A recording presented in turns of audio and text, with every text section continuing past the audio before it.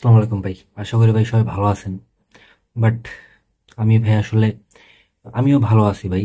But Bangladesh cricket আমার মনে হয় ভাই খুব একটা ভালো নাই। কেননা এই যে এ দলের যে খেলা হচ্ছে ভাই, আমি তো সবাই জানি এ দল এই যে দুটো ম্যাচে কিন্তু ভাই এ দল জিতছে। বাট এই জিতা কি ভাই জিতা?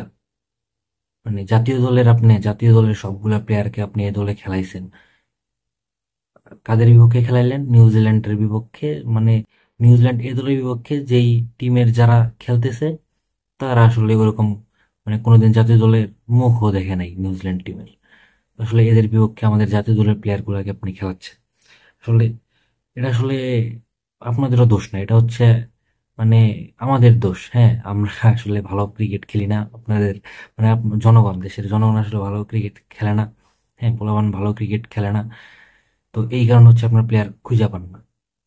আসলে প্লেয়ারকে আসলে খুঁজে পান না, নাকি আপনারা খোঁজার চেষ্টা করেন না, নাকি আপনারা প্লেয়ার প্রডিউস করতে যে কি করতে হয় সেই ওয়েগুলা জানেন না? এই যে বাংলাদেশে বিগত 10টা বছর ধরে যে জেলা ভিত্তিক ক্রিকেট বন্ধ, আপনারা কি সেটা জানেন? আপনারা তো জানেন, কারণ হচ্ছে আপনারা তো বিসিবি কর্মকর্তা, তাই না? আপনারা তো জানেন যে বাংলাদেশের জেলা ভিত্তিক যে ক্রিকেট, এটা বন্ধ আছে বিগত 10 বছর ধরে। আসলে একটা ছেলে কিভাবে উঠে আসবে? তার জেলার মাধ্যমে তো উঠে আসবে। তো হুট করে তো একটা ছেলে হুট করে ঢাকা আসবে না, ঢাকা এসে ঢাকা লিগ খেলতে পারবো না। ঢাকা লিগে যে পরিমাণ টাকা দিয়ে পোলাপান খেলায়, তো ওইগুলা তো কেউ গ্রাম থেকে এসে ফেস করতে চাইবে না। যদি আপনাদের প্রত্যেকটা জেলায় লিগ হইতো, তো কি হইতো ভাই? প্রত্যেকটা জেলায় যদি লিগ হইতো, তাহলে ওই জেলা ভিত্তিক টিম গুলা থেকে মানে আপনি দুইজন তিনজন করে কিন্তু প্লেয়ার পাইতেন প্রত্যেকটা বছরে। তো সেগুলো আপনারা অফ করে রাখছেন। আর আপনারা বলেন যে পাইপলাইন নেই, আমাদের প্লেয়ার নেই, আমাদের প্লেয়ার নেই। প্লেয়ার তো ভাই খোঁজার চেষ্টাই করেন নাই কোনো সময়, প্লেয়ার পাবেন কিভাবে? খুব শীঘ্রই ভাই এগুলা মানে খেলাধুলা মানে চালু করেন ভাই, জেলা ভিত্তিক খেলা চালু করেন। আর হচ্ছে ভাই এই যে যুব সমাজ যে ভাই আজকে নেশার দিকে ধাবিত হচ্ছে, এই যে জুয়া নেশা এগুলোর দিকে ধাবিত হচ্ছে, এগুলোর সম্পূর্ণ দায় ভাই ভাই আপনাদের। কেননা এই যে খেলাধুলা যে বন্ধ করে রাখছেন প্রত্যেকটা মাঠে, এই যে মাঠে হচ্ছে মেলা হয়। হ্যাঁ, তারপর হচ্ছে মাঠ ভরাট কইরা মানে মাঠে বালু ঠালু ফালাইয়া মাঠে কনস্ট্রাকশনের কাজ চলে। এগুলো আসলে সরকারি কাজই তো চলে ভাই। তো এগুলা মাঠ ছাড়া কি অন্য জায়গায় করা যায় না? অন্য কোনো ওয়ে কি নাই? আছে তো ভাই। আপনার এই যে জেলা প্রত্যেকটা জেলায় স্টেডিয়াম আছে, বাট এই স্টেডিয়াম গুলার আসলে পরিচর্যা আপনারা কিভাবে করেন সেটা কি কখনো খেয়াল করছেন? বাজেট কত?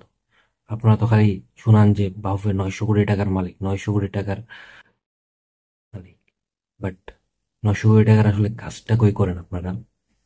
এই যে একটা মাঠ মিরপুর বাদে আপনারা আর কয়টা মাঠ ওইভাবে ডেভেলপ করতে পারছেন? সিলেট, চট্টগ্রাম, এই মাঠকে তিনটাই বিপিএল এ কয়টা দল খেলে ভাই? ছয়টা সাতটা দল খেলে। তো আপনার খুলনায় তো ভাই মাঠ আছে, আন্তর্জাতিক মাঠ আছে না খুলনায়? খুলনায় তো আগে খেলা হইতো, এখন কেন হয় না? আপনাদের বরিশালেও তো মাঠ আছে, তো বরিশালের মাঠে কেন খেলা হয় না? সিলেটে খেলা হয়। রাজশাহীতে তো মাঠ আছে ভাই, রাজশাহীতে কেন খেলা হয় না? মানে বলতে গেলে ভাই অনেক কথা। প্রত্যেকটা বিভাগীয় শহরে যদি একটা করে মাঠ দিতেন, ভালো মাঠ, বিপিএলটা যদি প্রত্যেকটা বিভাগে ফালাইতেন, দেখতেন আজকে বাংলাদেশের ক্রিকেটটা কই যায় ঠিক। ভাই বাংলাদেশ ক্রিকেট নিয়ে বলতে গেলে হতাশাই চলে আসে। 10 নম্বরে নেমে গেছে ভাই ওয়ানডেতে।